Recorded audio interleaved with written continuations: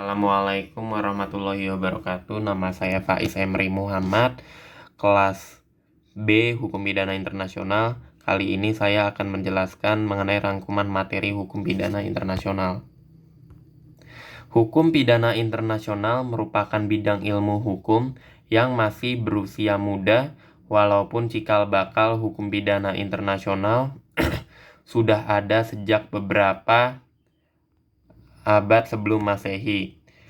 Hukum pidana internasional semakin berkembang seiring dengan globalisasi dan perkembangan ilmu pengetahuan dan teknologi informasi yang menyebabkan perubahan struktur sosial masyarakat internasional, diiringi juga dengan perkembangan kejahatan internasional. Hukum internasional adalah kumpulan ketentuan hukum. Hukum internasional adalah ketentuan hukum yang berlakunya dipertahankan oleh masyarakat internasional. Ketentuan hukum internasional bersifat universal, yaitu merupakan ketentuan hukum internasional yang emang berlakunya itu perlu dipertahankan oleh seluruh masyarakat internasional. Peran hukum internasional ini yang pertama berupaya agar hubungan antar negara terjalin lewat ikatan persahabatan dan tidak mengharapkan adanya persengketaan. Yang kedua, memberikan aturan-aturan pokok kepada negara yang bersengketa untuk menyelesaikan sengketanya.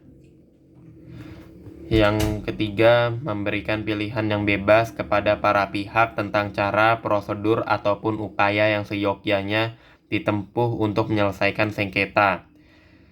Dan juga senantiasa menganjurkan cara penyelesaian sengketa secara damai dan sama sekali tidak menganjurkan sama sekali cara kekerasan atau peperangan.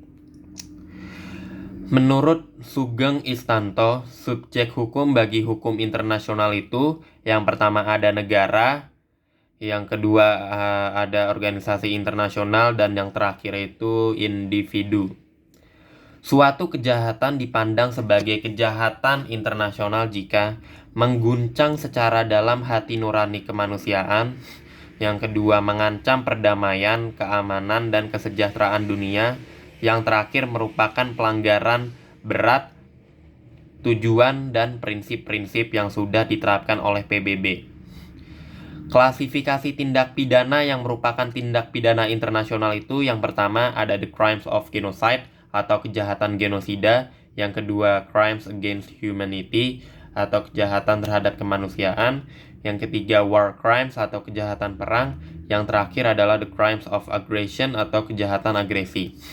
Faktor-faktor pendorong perkembangan hukum pidana internasional yang pertama itu kemajuan ilmu pengetahuan dan teknologi informasi yang pesat sehingga menimbulkan berbagai jenis tindak pidana baru.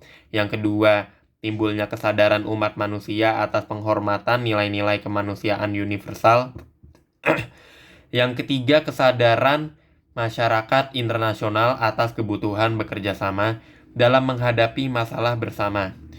Pasal 38 ayat 1 huruf A sampai dengan D Statuta Mahkamah Internasional mengingat bahwa hukum pidana internasional merupakan bagian dari hukum internasional. Maka sumber-sumbernya juga sama dengan sumber-sumber hukum internasional seperti yang tertera dalam pasal 38 ayat 1 huruf A sampai dengan D Statuta Mahkamah Internasional. Sekian penjelasan dari saya mengenai rangkuman hukum pidana internasional. Sekian, terima kasih. Wassalamualaikum warahmatullahi wabarakatuh.